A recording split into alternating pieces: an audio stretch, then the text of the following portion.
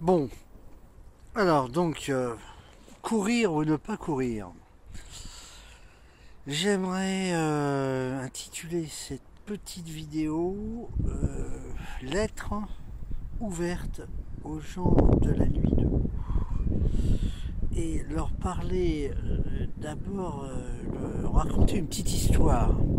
Il était une fois, en 17-18, en Russie, des gens qui se disaient, bon, on en a ras-le-bol de tout, maintenant c'est nous les maîtres, et donc on va s'organiser dans les usines, partout, on va faire quelque chose, et en échange, eh bien, les paysans, ils nous donneront à manger en échange de nos tracteurs et nos faucils, nos marteaux. Et voilà, ça sera l'entente ouvrier-paysan et on fera un troc même, il y en a marre de la monnaie. Voilà. Et donc ils ont essayé de s'organiser, mais comme justement c'était difficile, que au fond l'emploi du temps, personne ne tenait, les machines, qui s'occupe de quoi, on savait pas trop. Tant et si bien que la production c'était à la va comme je te pousse, et il y avait un tracteur de temps en temps, ou alors il n'y en avait pas. Et pendant ce temps-là, les paysans, eux, ils venaient, ils amenaient à manger et tout ça. Et au bout d'un certain moment, ils se sont dit, c'est pas possible, le troc là, ça marche pas.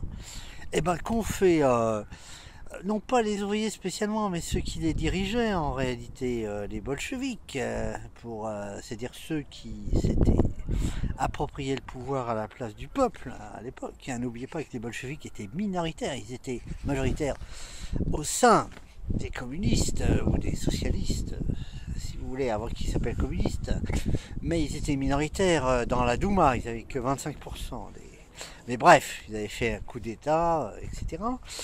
Donc, en sous-main, ils décidaient, et ils ont dit aux paysans, non, vous êtes des contre-révolutionnaires, vous êtes des réactionnaires, vous nous nourrissez pas gratuitement. Alors les paysans, ils disaient, organisez-vous, faites quelque chose, comment ça se fait qu'on n'a pas notre dû? Ah non, l'organisation, l'ordre, c'est le capitalisme, et nous, on fait comme on veut, où on veut, etc. Tant et si bien que les choses s'en sont envenimées, pardon. Les récalcitrants, on les a mis au goulag, et les autres, on les a fusillés, et puis il y a eu la dictature de petit à petit. Alors, lorsqu'on veut dire, ok, la propriété appartient à tout le monde et tout ça, d'accord, mais comment on s'organise? Qu'est-ce qu'on fait? Et est-ce qu'on a le droit d'obliger les gens à faire, à produire, à consommer? Est-ce qu'on doit les obliger comme ça? Ce n'est pas simple. Voilà ce que je voulais dire à ceux qui refont le monde la nuit debout. Bonjour chez vous.